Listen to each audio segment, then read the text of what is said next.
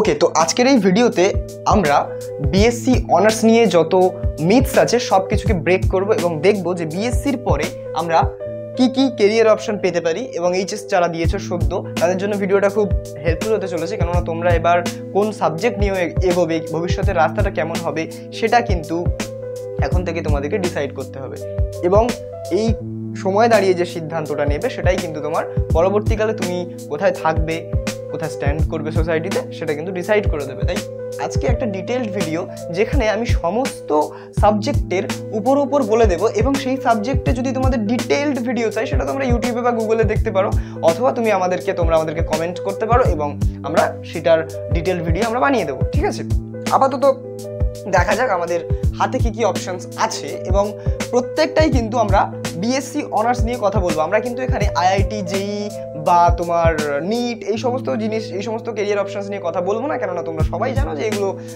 খুবই common. NEET না হলে প্যারামেডিক্যাল, নাহলে NM GNM nursing, BSc nursing এইসব, আর একদিকে তোমার ডাব্লিউবিজেই না হলে তোমার জেই মেন্স, নইলে জেই অ্যাডভান্স, অথবা তোমার পলিটেকনিক, জেক্সপো এইসব জিনিসপত্র আছে। এগুলো সাইডে রেখে আমরা অনার্সের কথা বলবো, কেননা এই সমাজে একটা মিথস চলছে এখন যে হ্যাঁ অনার্স নিয়ে পড়ে তো কিছু হবে না, এসএসসি বন্ধ। খুবই সত্যি কথা যে এসএসসি বন্ধ, তাই অনার্সের চাহিদাটা একটু কমে গেছে, কিন্তু শুধুমাত্র আমাদের সরকারি জবের উপর ডিপেন্ড না করে আমরা কিন্তু প্রাইভেট ফার্মগুলোতে অ্যাপ্লাই করতে পারি অনার্সের পরে।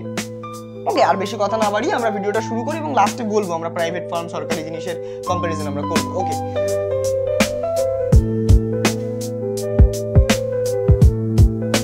আচ্ছা দেখো, প্রথমেই আমরা ম্যাথামেটিক্স অনার্স দিয়ে কথা বলবো।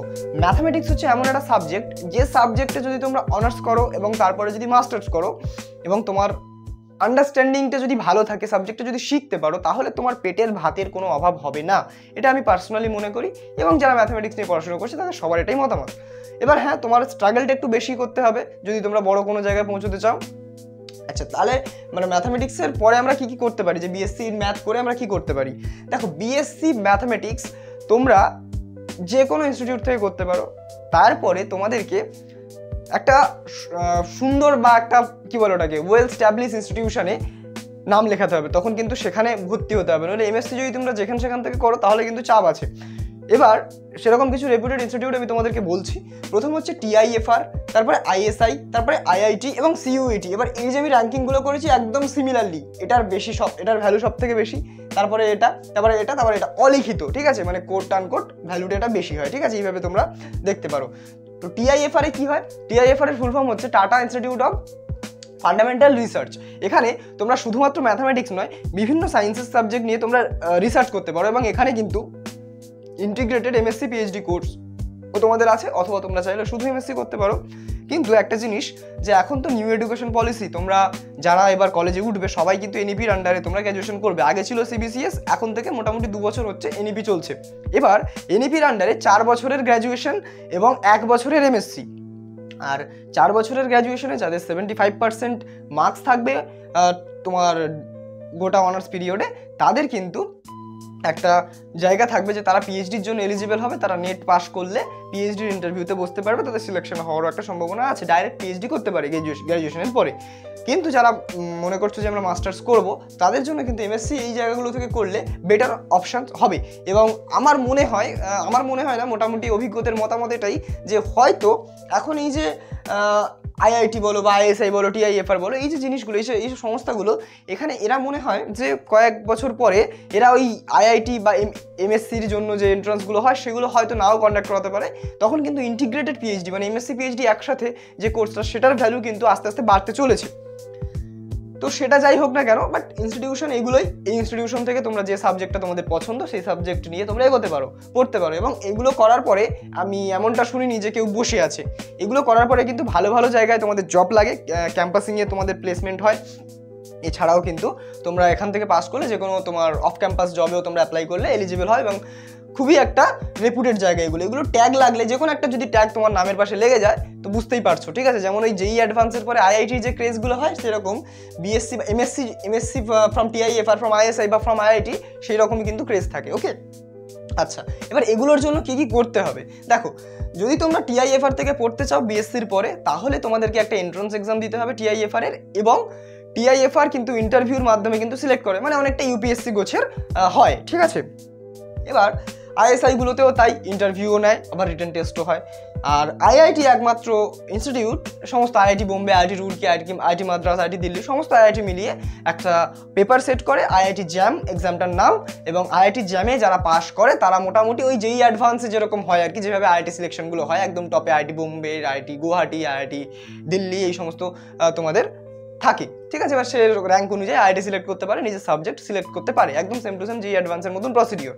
এবং এই জায়গাটায় ভিড় কম থাকায় তোমাদের চান্স পাওয়ার কিন্তু একটা সম্ভাবনা প্রবল থাকে। এবং এখানে যদি কারোর কাস্ট থেকে থাকে তাহলে কিন্তু আইআইটি যাওয়ার সম্ভাবনা তাদের কাছে প্রায় নিশ্চিত, যদি তারা সারা বছর একটু খাটে, 4 বছর ধরে যদি একটু খাটে।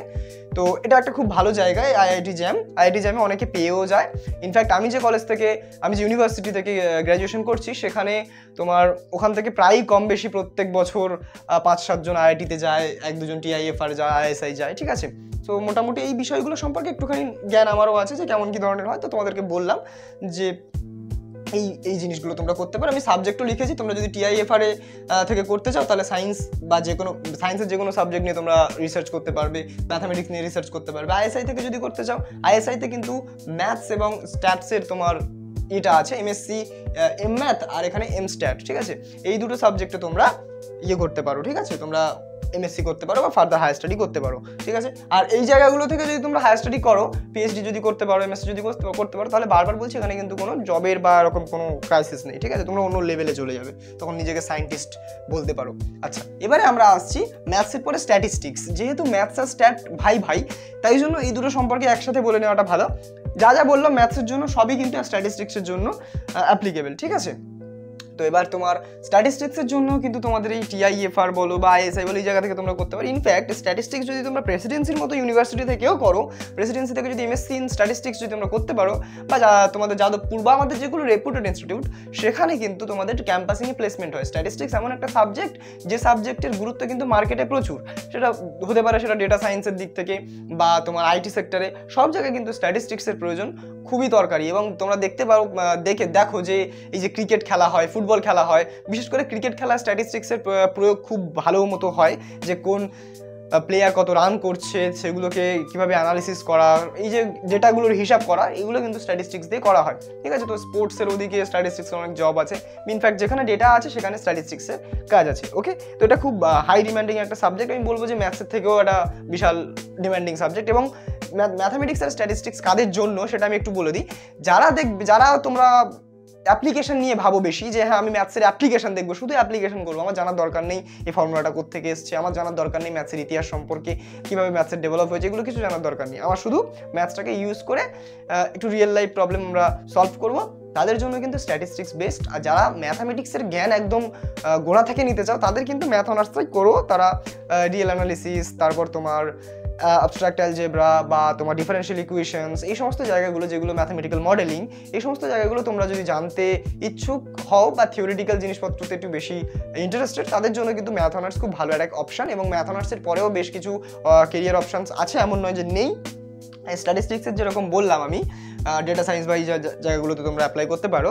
ইনফ্যাক্ট আইটি সেক্টরে কিন্তু ম্যাথসেরও ডিম্যান্ড আছে। তোমরা যদি ম্যাথামেটিক্স শেখো এবং ম্যাথামেটিক্সের অপটিমাইজেশন, অপারেশন রিসার্চ, এই সমস্ত কোর্স যদি করতে পারো, তো অপারেশন রিসার্চের পরে কিন্তু তোমাদের ডিরেক্ট ক্যাম্পাসিং প্লেসমেন্ট হয়ে যায়, ঠিক আছে। এবং ইনফ্যাক্ট তোমরা যদি আইআইটির মতো রেপুটেড ইনস্টিটিউট থেকে করো, তোমরা কিন্তু কোটা বা আকাশ বা তোমার যেগুলো রেপুটেড কোম্পানিজ আছে, পিডব্লিউ বা বলো বা আনএকাডেমি বলো, যেগুলো মানে টপ লেভেলের কোম্পানি আছে, যেখানে স্যালারি প্যাকেজ কিন্তু খুব ভালো, সেই সমস্ত জায়গায় তোমরা টিচার হিসেবে জয়েন করতে পারো। এই আইআইটিগুলোতে কিন্তু ম্যাক্সিমাম ওই রকম প্লেসমেন্ট হয়। আর অপারেশন রিসার্চ বলো বা ম্যাথামেটিক্স অ্যান্ড কম্পিউটিং বলো, এই আইআইটি থেকে এই কোর্সগুলো করলে তোমরা কিন্তু আইটি সেক্টরে কিন্তু জব পেয়ে যাবে। তোমরা একটু প্রোগ্রামিংয়ের নলেজ যদি থাকে, তাহলে কিন্তু আইটি সেক্টরে তোমরা জব পেয়ে যাবে। ইনফ্যাক্ট স্ট্যাটিস্টিক্সের ক্ষেত্রেও তাই, একটু ভালো করে প্রোগ্রামিংটা শিখে রাখলে আইটিতে কিন্তু জব পেয়ে যাবে। এছাড়া তোমরা ম্যাথামেটিক্স বলো বা কম্পিউটার সায়েন্স বলো বা স্ট্যাটিস্টিক্স বলো, এই সাবজেক্টগুলো করার পরে তোমরা কিন্তু direct MSc in data science তোমরা করতে পারো, এবং সেটাতে একটু খরচ হবে। সিএমআই বলে একটা ইনস্টিটিউট আছে, চেন্নাই ম্যাথামেটিক্যাল ইনস্টিটিউট, সেই জায়গা থেকে তোমরা কিন্তু এন্ট্রান্স পরীক্ষা দিয়ে, ওটা কিন্তু ভারতবর্ষের মধ্যে টপ ইনস্টিটিউট, তাই কম্পিটিশন লেভেল বিশাল হাই, ঠিক আছে। কিন্তু হ্যাঁ, মজা পাবে। যদি কারোর ইন্টারেস্ট থাকে প্রোগ্রামিং রিলেটেড স্টাফসে, তারা কিন্তু মজা পাবে ওই এক্সামটা দিয়ে, এবং ওর প্রিপারেশন করতেও কিন্তু মজা লাগবে। প্রবাবিলিটি, স্ট্যাটিস্টিক্স আর একটু প্রোগ্রামিং জানলেই কিন্তু ওই এন্ট্রান্সে অ্যাপিয়ার করা যায় এবং ভালো মার্কস তোলা যায়, এবং সেই এন্ট্রান্সে যদি তোমরা সিলেক্ট হও তাহলে তোমরা সিএমআই থেকে ডেটা সায়েন্সের কোর্স করবে, এবং সিএমআই থেকে ডেটা সায়েন্সের কোর্স করলে কোনো বসে থাকার কোনো গল্প নেই। যে কোনো না যে কোনো জায়গায় তোমার এইচপি বলো বা তোমার যেগুলো আইটি কোম্পানিজ আছে, নাম মনে পড়ছে না, ইনফোসিস থেকে শুরু করে আরও বড় বড় কোম্পানি, অ্যাকসেঞ্চার, এই সমস্ত জায়গাতে তোমাদের ক্যাম্পাস প্লেসমেন্ট আরামসে হয়, আরামসে, ঠিক আছে, মানে আইআইটির থেকেও ভালো প্লেসমেন্ট, ঠিক আছে, সিএমআইতে। আচ্ছা, এটা হয়ে গেল আমাদের ম্যাথ স্ট্যাট। এবার কম্পিউটার সায়েন্সের ক্ষেত্রেও তাই, ম্যাথ স্ট্যাট কম্পিউটার সায়েন্স একই দলের লোক, একই ভাই, ঠিক আছে। কম্পিউটার সায়েন্স বলো বা কম্পিউটার অ্যাপ্লিকেশন বলো, তোমরা কম্পিউটার সায়েন্স এর পরে এমসিএ করতে পারো। এমসিএ এর জন্য তোমাদের ডিম সেট দিতে হবে এবং আরও বিভিন্ন এন্ট্রান্স এক্সাম হয়। তোমরা ডিটেইলড এমসিএ এর ভিডিও তোমরা যদি সার্চ করো ইউটিউবে পেয়ে যাবে আরামসে, ঠিক আছে।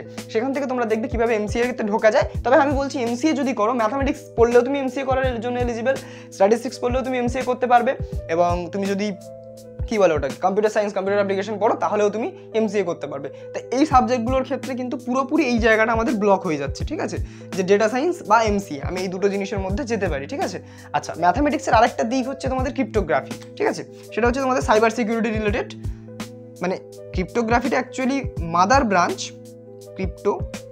ক্রিপ্টোগ্রাফি, ওই ক্রিপ্টোকারেন্সি নয়, ঠিক আছে, ক্রিপ্টোগ্রাফি ওটা পুরোপুরি আলাদা। ক্রিপ্টোগ্রাফিতে কি হয় যে ইন্টারনেটে যেসব অ্যাটাকস বলো বা বিভিন্ন ব্যাংকের সার্ভার বলো, সিকিউরিটি নিয়ে, মেনলি সিকিউরিটি নিয়ে কাজ হয়। এখানে কিন্তু অ্যাবস্ট্রাক্ট অ্যালজেব্রা, নাম্বার থিওরি, এই ম্যাথামেটিক্সের জিনিসগুলো অ্যাপ্লাই হয় এবং প্রোগ্রামিং কিন্তু এখানে লাগে। এটা কম্পিউটার সায়েন্স বা ম্যাথ এই দুটো ব্রাঞ্চের ছেলেমেয়েরা এই ক্রিপ্টোগ্রাফিতে এমএসসি করলে বা ক্রিপ্টোগ্রাফিতে পিএইচডি করলে বা এমটেক যদি করে আইএসআই থেকে, তাহলেও কিন্তু ক্রিপ্টোগ্রাফি কিন্তু একটা বিশাল ভালো ভবিষ্যৎ তোমাদেরকে দেবে, এবং সেই ক্রিপ্টোগ্রাফির চাহিদা এখন বাড়ছে।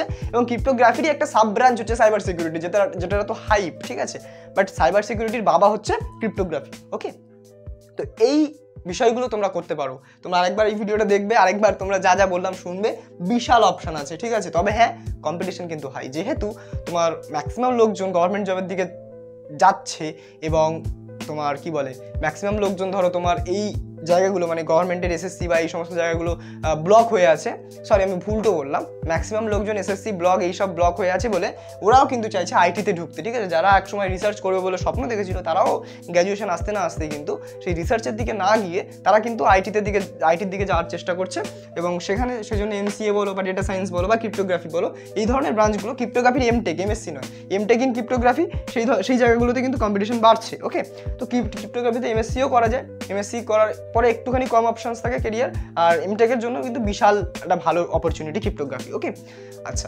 এরপরে আসছে আমাদের কেমিস্ট্রি। আমি ম্যাথ, স্ট্যাট, কম্পিউটার সায়েন্স সব বললাম, কম্পিউটার সায়েন্স যদিও লিখিনি বাট বলে দিলাম, ঠিক আছে।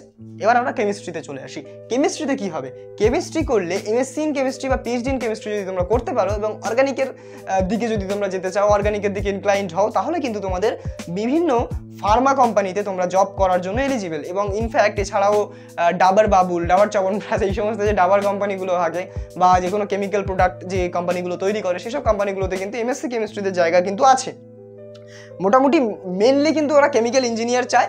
এছাড়াও কিন্তু এমএসসি ইন কেমিস্ট্রি বা পিএইচডি ইন কেমিস্ট্রি হলেও কিন্তু ওদের চলে যায় যদি তার কেমিস্ট্রির নলেজ থাকে। আমি বারবার বলছি, নলেজটা ইম্পর্টেন্ট। এবং তোমাদের সেই একই রাস্তা তোমরা দেবে টিআইএফআরটা হয় আমার যত সম্ভব, আমার যত দূর ধারণা, তোমরা একটু চেক করে নেবে, ঠিক আছে। তবে আইআইটিটা হয় আমি শিওর, আইআইটি জ্যাম দিয়ে তোমরা কেমিস্ট্রিতে অনেক কিছু করতে পারো। আর এছাড়া তোমার আইএসআইতে তো হয় না।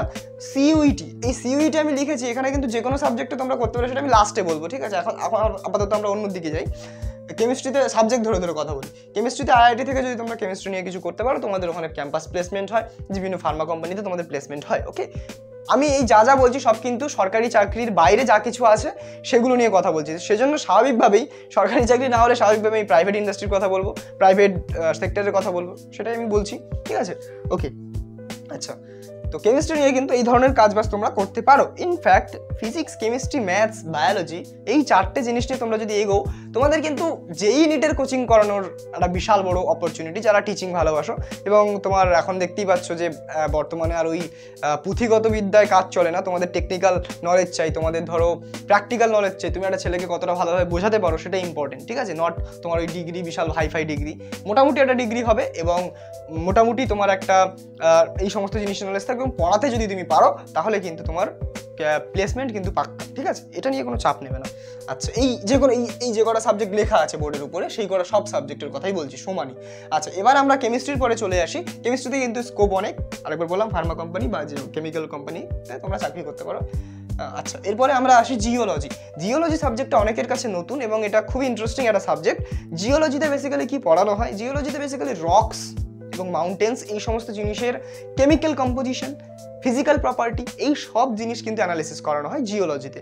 এছাড়াও তোমাদের এখানে ওশিয়ানোগ্রাফি বা সমুদ্র নিয়ে পড়াশুনো কিন্তু এখানে হয় এবং মেনলি এখানে রক্স অ্যান্ড মিনারেলস নিয়ে কাজবাজ হয় এবং সেটা আপাতত জিওলজির কী পড়ানো সেটা আমাদের টপিক না, আমাদের জিওলজিতে স্কোপ কী কী আছে সেটা আমাদের জানা দরকার। স্কোপ বলতে জিওলজিতে তোমাদের এমএসসির পরে ডাইরেক্ট প্লেসমেন্ট কিন্তু এখান থেকে হয়, যেমনভাবে তোমার স্ট্যাটিস্টিক্সে এমএসসির পরে ডাইরেক্ট প্লেসমেন্ট হয়, এখানেও কিন্তু এমএসসির পরে ডাইরেক্ট প্লেসমেন্ট হয়। এবং এখানে কোন কোম্পানিরা আসে? যেগুলো তোমাদের ধরো ওএনজিসি মানে এই পেট্রোকেমিক্যাল টাইপের যে কোম্পানিগুলো, ভারত গ্যাস, এইসব ইন্ডিয়ান এইসব জিনিসপত্রগুলো আর কি, কোল মাইন বা এই সমস্ত জায়গাতে তোমাদের জিওলজি জানা লোকজনের কিন্তু খুব খুব চাহিদা। কেননা এই মাইনিংটা একটা আলাদাই একটা জিওলজির ব্রাঞ্চ, ঠিক আছে? এবং মাইনিং থেকে শুরু করে এই সমস্ত কিছু মোটামুটি এই ভূমি রিলেটেড, এই মাটিতে যা কিছু হয় সেই সব কিছুর কাজবাজ কিন্তু জিওলজিস্টরা করে। এবং এরপরে এখানে বিশাল একটা জায়গা আছে রিসার্চ করার, এবং এর রিসার্চে কিন্তু অনেক সুযোগ সুবিধা তোমরা পাবে। তোমরা যদি নেট ফেট দিয়ে যদি ভালো কোনো ইনস্টিটিউট থেকে রিসার্চ করতে পারো তাহলেও কিন্তু তোমাদের প্রচণ্ড দাম হবে। ওকে, আর একটা জিনিস আমি বলে দিই, যে কোনো সাবজেক্ট তুমি নাও না কেন, তোমরা যদি নেট কোয়ালিফাই করে এবং টপ লেভেলে থাকতে পারো, নেটে যদি ভালো র্যাঙ্ক করো এবং যদি জিআরএফটা পাও, জুনিয়র রিসার্চ স্কলারশিপ যদি তোমরা পাও, তো জুনিয়র রিসার্চ ফেলো, ঠিক আছে, যদি তোমরা নির্বাচিত হও, তাহলে কিন্তু তোমাদের প্রত্যেক মাসে মাসে যতদিন তুমি পিএইচডি করবে, আপাতত 5 বছর, ওই 5 বছর তোমাদের প্রত্যেক মাসে মাসে 40 থেকে 50 বা আইআইটিগুলোতে করলে একটু বেশি, আইআইটি দিল্লিতে মনে হয় এখন 65,000 করে দিয়েছে পার মান্থ, এই স্কলারশিপটা তোমরা পাবে। এবং এখানে তোমাদের 5 বছর চিন্তা করতে হবে না যে তুমি কিভাবে কি সংসার চালাবে না চালাবে, শুধু এই এমএসসি অবধি যদি কষ্ট করে পড়তে পারো, ইনফ্যাক্ট বিএসসি অবধি যদি তোমরা পড়ো এবং 75% মার্কস যদি তুমি রাখো, তাহলেও কিন্তু তোমরা ডাইরেক্ট পিএইচডিতে চলে যাবে। এবং পিএইচডি একবার শুরু করতে পারলে জিআরএফ নিয়ে, তাহলে আমার মনে হয় না যে ওই 5 বছর কিছু চিন্তা করতে হবে। এবং তোমরা যারা এই জিনিসপত্রগুলো বা পছন্দের সাবজেক্ট নিয়ে রিসার্চ করার জন্য আগ্রহী, তারা কিন্তু একটা বিশাল লাইফ ওখানে লিড করতে পারবে। এবং একটা জিনিস তোমরা শুনে থাকবে, একটা মিথ, যে পিএইচডি করেও লোকজন বসে আছে। হ্যাঁ, পিএইচডি করেও লোকজন বসে আছে, কিন্তু সেগুলো সায়েন্সে পিএইচডি করে এবং ভালো জায়গা থেকে, এই জায়গা অথবা সিইউইটি কথা বলছি, ঠিক আছে, যেমন বিএইচইউ বা দিল্লি ইউনিভার্সিটি, এই জায়গা থেকে পিএইচডি করে বসে আছে, সেরকম কিন্তু খুব কম আছে, ঠিক আছে, খুব কম পার্সেন্টেজ। হতে পারে সেটা হয়তো অন্য কোনো জায়গা থেকে পিএইচডি করেছে, ধরো এই ক্যালকাটা ইউনিভার্সিটি থেকে পিএইচডি করে বসে আছে, তাও ক্যালকাটা ইউনিভার্সিটি থেকে পিএইচডি করে বসে থাকে না, স্টিল আমি ধরে নিলাম, বা এমএসসি করে বসে আছে, এরকম কিন্তু হতে থাকে। অথবা ধরো হিস্ট্রিতে পিএইচডি করে বসে আছে, হিস্ট্রি তো ভালো একটা জায়গা, ওখানে কিন্তু অনেক চাকরি আছে, বাট স্টিল তুলনামূলকভাবে এই সায়েন্সের সাবজেক্টগুলোতে কিন্তু স্কোপ বেশি আছে। কেননা এখানে তোমার একাডেমিক্স ছাড়াও এইসব ওএনজিসি বলো বা বিভিন্ন ইন্ডাস্ট্রিতে চাকরির অপশন খোলা আছে, তাই জন্য এখানে কিন্তু বসে থাকার অপশনটা কিন্তু খুব কম। আচ্ছা, আমি অনেক টাইম নিয়ে নিচ্ছি, বাট স্টিল এটা যত লম্বা হবে তত তোমাদের বুঝতে সুবিধা হবে, ঠিক আছে। এবং যেহেতু এই ভিডিওতে আমরা সমস্ত মিথগুলোকে ভাঙছি, এবং ইনফ্যাক্ট কাদের জন্য অনার্স না সেটা আমি লাস্টে বলে দেবো, ঠিক আছে, আমি সবার জন্য কিন্তু বলছি না। আপাতত এইগুলো তোমরা দেখে রাখো, ওভারভিউটা দিয়ে রাখো, আমি বলে দেবো, তারপর তোমরা নিজেরাই ডিসাইড করবে যে তুমি অনার্স নেবে নাকি তোমরা কম্পিটিটিভ লাইনে যাবে। ওকে, আচ্ছা, জিওলজি হয়ে গেল। জিওলজিতে কিন্তু চাকরি আছে, একাডেমিক্সেও তোমাদের হবে, একাডেমিক্সেও হলো তুমি ফিজিক্স কেমিস্ট্রি এই সমস্ত জিনিস পড়ালে, বা ধরো তোমার মানে ফিজিক্স কেমিস্ট্রি তো আইআইটি ইয়েতে যেতে পারবে না, বা লেকচারারশিপ যদি তোমরা পাও, কলেজে পড়াতে পারো জিওলজি পড়ার পরে, ঠিক আছে। আচ্ছা, বাট স্টিল এর একটা প্রাইমারি টার্গেট যে ওএনজিসিতে চাকরি নেওয়া, এবং ইনফ্যাক্ট প্রেসিডেন্সি থেকেও যদি তোমরা এমএসসি ইন জিওলজি করো, তাহলে কিন্তু প্রচুর মাইনের চাকরি তোমাদের কাছে আসবে।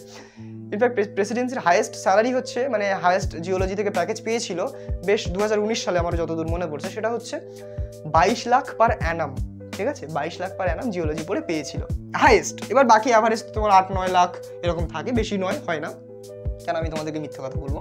ওকে, এরপরে আছে আমাদের ফিজিক্সে কিন্তু তুলনামূলকভাবে স্কোপটা একটু কম আছে, কিন্তু খুব ভালো ফিজিক্স যদি তোমরা জানো, তাহলেও কিন্তু তোমাদের ভালো একটা জায়গা আছে। ডিআরডিও বলো বা ইসরো বলো, এই জায়গাতে কিন্তু ফিজিক্সের ডিমান্ড অনেক, ঠিক আছে। তো এই সমস্ত জায়গায় যদি যাওয়ার মতো তোমাদের লেভেল থাকে যে ফিজিক্স আমি বিশাল পড়বো, আমার ফিজিক্সটা আমার ধ্যান জ্ঞান, তাহলে বলবো তোমরা ফিজিক্স নিয়ে এগো। কেননা ম্যাথামেটিক্স পাস করার পরে অনেক জায়গা থাকে, ডেটা অ্যানালিস্ট থেকে শুরু করে বিজনেস অ্যানালিস্ট, বা তোমার কি বলে ওটাকে, আরও বেশ কিছু ফ্যান্সি টার্ম আছে, রিস্ক ম্যানেজমেন্ট, এই সমস্ত জায়গাগুলোতে তারা ঢুকে যেতে পারে। কেমিস্ট্রি থেকে পড়েও বিভিন্ন কেমিক্যাল কোম্পানিতে ঢুকে যেতে পারে, ফার্মা কোম্পানিতে ঢুকে যেতে পারে, বাট ফিজিক্সের কিন্তু সেরকমভাবে আলাদা কোনো ব্রাঞ্চ বা আলাদা কোনো সেই রকম জায়গা নেই যারা মিডিয়াম বা অ্যাভারেজ লেভেলের স্টুডেন্টদের জন্য একটা ভালো একটা সুফল হবে। যদি খুব ভালো হয় তাহলে ফিজিক্স নিয়ে এগো।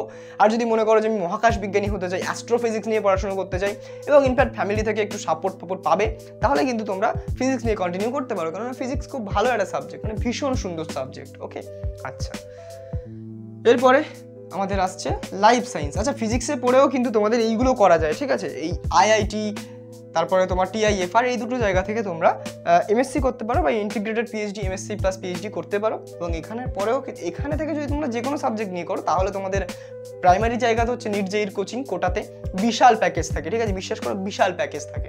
ওকে, তো সেই জায়গাগুলোতে তোমরা যেতে পারো।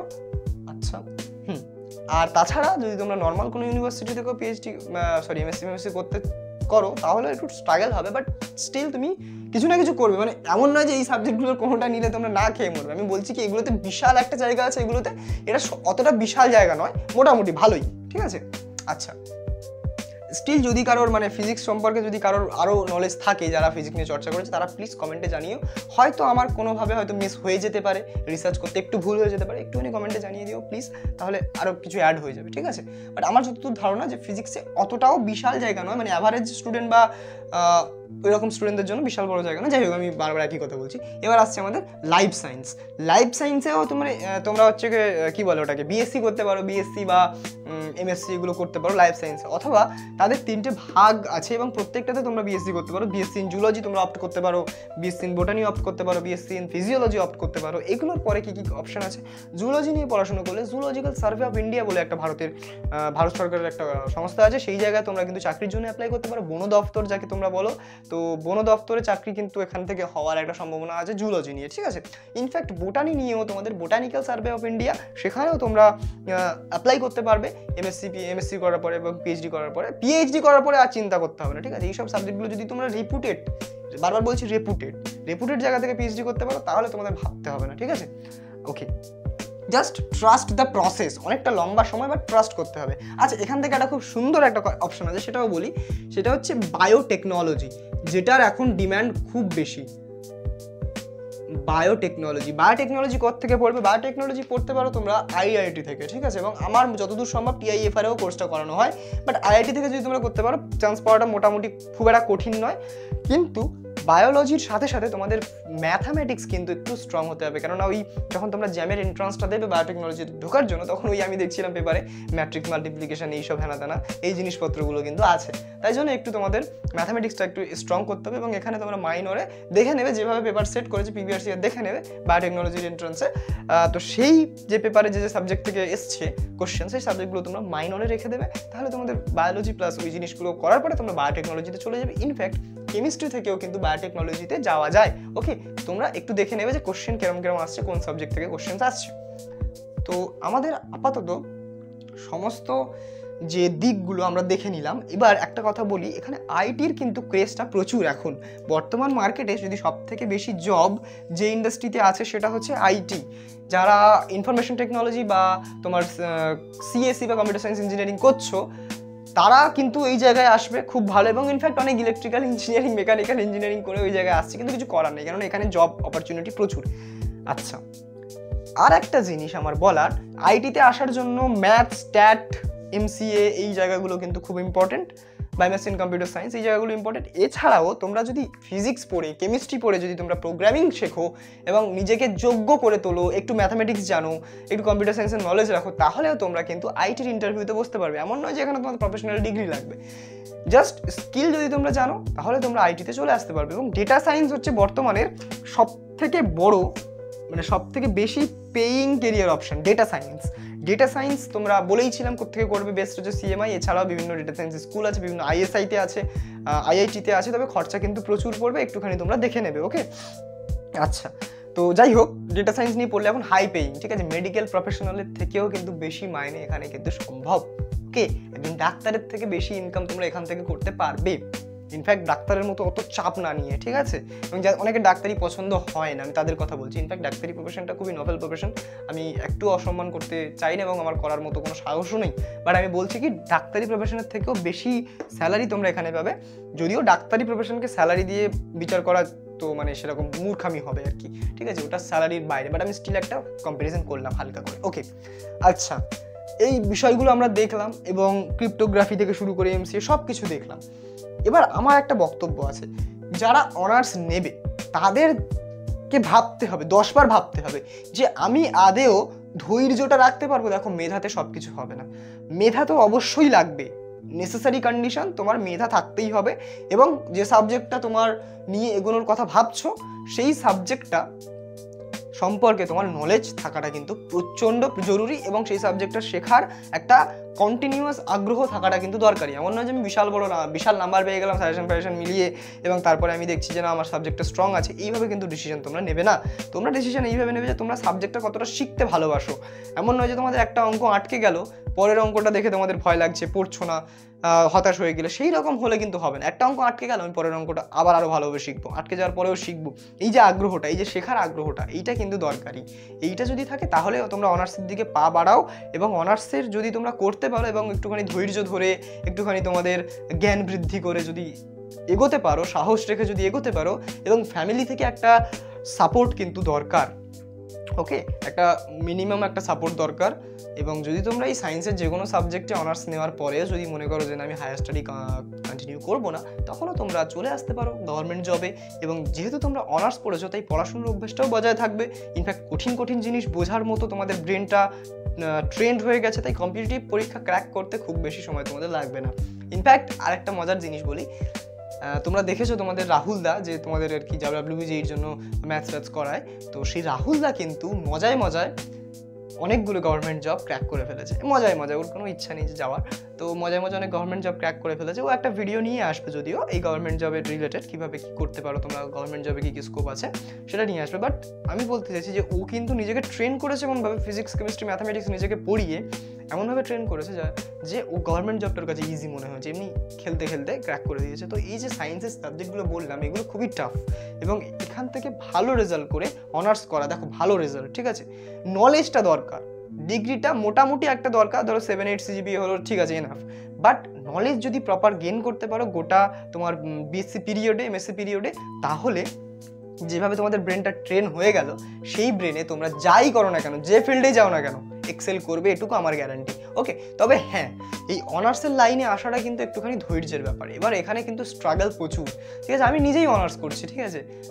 ইনফ্যাক্ট অনেকে এটা বলে যে অনার্স করার পরে কিচ্ছু নেই, PhD করেও কিচ্ছু হয় না, বসে থাকে, সেটা একদমই ভুল, ঠিক আছে। আংশিক সত্য, সেটা আমি মানছি। অনেকে তোমাদের কম্পিটিটিভ কোচিং বেচার জন্য এটা বলে এবং এটা বলে দেওয়াটাও খুব সহজ, কারণ একটা লজিক তাদের কাছে সবসময় থাকে যে SSC বন্ধ হয়ে গেছে। এটা খুবই খারাপ, খুবই জঘন্য একটা বিষয় এবং সরকারের একটা পদক্ষেপ নেওয়া উচিত এই বিষয়ে, SSC টেট এগুলো চালু করার। কিন্তু আমি যদি সেটাকে সাইডে রেখে বলি, SSC ছাড়াও কিন্তু অনেক জায়গা আছে যেগুলো আমি বললাম, এই বিষয়গুলো তোমরা ট্রাই করে দেখো। তোমরা প্রত্যেকটা সাবজেক্ট রিলেটেড রিসার্চ করো, ডিটেলড রিসার্চ করো, ওকে, এবং কমেন্ট করো যদি কোনো অসুবিধা হয়। আর এছাড়া প্রেসিডেন্সিতে থেকে যদি তোমরা করতে পারো অনার্স, তাহলেও কিন্তু তোমাদের দাম থাকবে প্রেসিডেন্সি, যাদবপুর, এই জায়গাগুলো থেকে।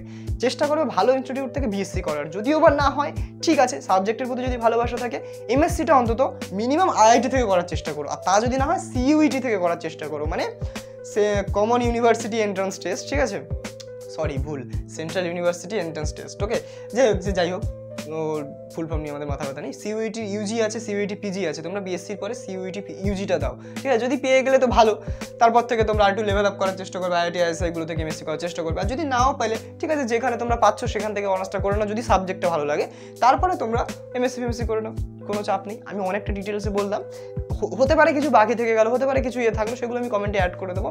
আর যদি কারোর স্পেসিফিক কোনো জিনিসে কোনো ডাউট থাকে, জিজ্ঞাসা থাকে, তাহলে বলো। আমি কিন্তু অনেকক্ষণ ধরে ভিডিওটা বানালাম, আমি জানি না কতক্ষণ হয়েছে, অনেকক্ষণ হয়ে গেছে। তো চলো আমি ভিডিওটা শেষ করি। আর এছাড়াও যদি তোমাদের স্পেসিফিক কোনো বিষয়ে বা স্পেসিফিক কোনো কোর্স রিলেটেড বা কেরিয়ার রিলেটেড কিছু জিনিসপত্র তোমাদের লাগে, তাহলে তোমরা কমেন্ট করো অবশ্যই। আর আমি চেষ্টা করছি যেন রাহুল দা ওই গভর্নমেন্ট জব রিলেটেড ভিডিওটা বানায়, যাতে তোমাদের কী হবে না, এরপরে গভর্নমেন্ট জবের কী কী অপশন আছে সেগুলোও তোমরা দেখতে পারবে। এবং অনার্সের ক্ষেত্রে আমি বারবার বলছি, যাদের সাবজেক্টের প্রতি ইন্টারেস্ট আছে, শেখার প্রতি ইন্টারেস্ট আছে, আমি যে দীর্ঘ 10 বছর আমি এই সাবজেক্টের পিছনে সময় দিতে পারবো, তাহলে কিন্তু এখানে এসো, কোনো অসুবিধা নেই, এখানে কিন্তু তোমরা সোনা ফলাতে পারবে, ঠিক আছে। আচ্ছা, তাহলে এই অবধি থাক আজকের ভিডিওটা। পরবর্তী ভিডিওতে দেখা হচ্ছে তোমাদের সাথে। তোমরা এই ছুটিটাকে ইউটিলাইজ করো, কিছু প্রোডাক্টিভ কাজবাজ করো, আর খুব বেশি হতাশ হও না, রেজাল্ট ভালো হবে খারাপ হবে এগুলো নিয়ে হতাশ হয়েও না, আবার খুব বেশি লাফালাফি করো না, কেননা সবে তো এবার তোমরা পা দিলে আসল জায়গা, এবার এখানে যুদ্ধটা হবে। তো এই যুদ্ধে আমি তোমাদের সাথে আছি যতদূর পারবো। তোমাদের লড়তে হবে, তোমাদের বুকে সাহস রাখতে হবে, ধৈর্য রাখতে হবে, আর মন টন খারাপ করো না, যা হয়েছে হয়েছে। আর খুব বেশি খুশি হয় না, কারণ এখন অনেক কিছু বাকি আছে। চলো টাটা, বাই বাই।